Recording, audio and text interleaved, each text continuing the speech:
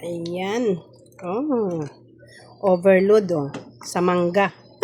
Ay, sa mangga. Sa langka. Ayan. Nagluto tayo ng bilo-bilo. Ginataang bilo-bilo. Ayan, oh. Marami langka, eh.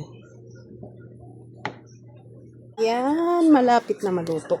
Konti na lang. Ayan, magtutunaw tayo na asukal dyan para maging pulang-pula.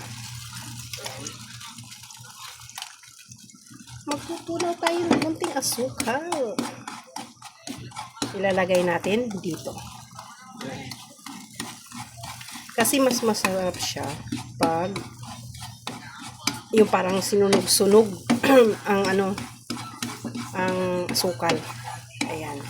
Nagtunaw na ako kanina dyan, pero parang kulang pa, kaya dadagdagan natin. Matakbo pa yung natin, kawali.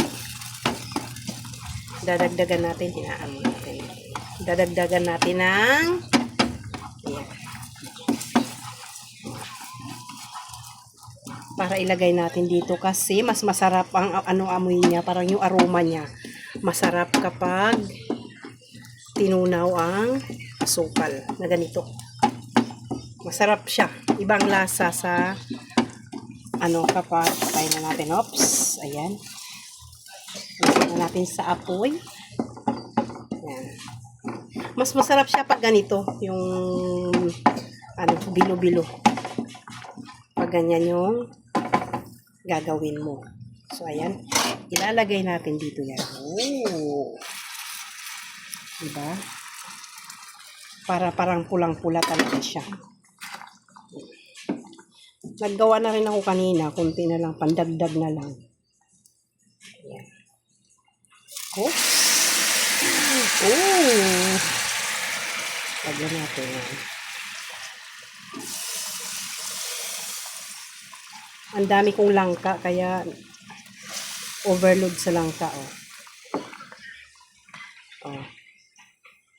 Malabo ang ang tawag nito. Malabo ang kamuting kahoy. Initin natin para makuha natin yung nadikit. Ayan, initin natin. Kasi hindi siya matatanggal kung hindi initin yung naiwan. Diba? Ganito din ba kayo magawa ng binignit or bilo-bilo? Ayan. Para-paraan. So, ayan. Ilalagay na natin. At paluto na po yan. Oh. Tingnan nyo naman kung gaano ka overload yan sa halo. Hindi tinipid sa langka. Ayan. Diba? Masarap yan. Yan. Luto na. Masarap. Oh.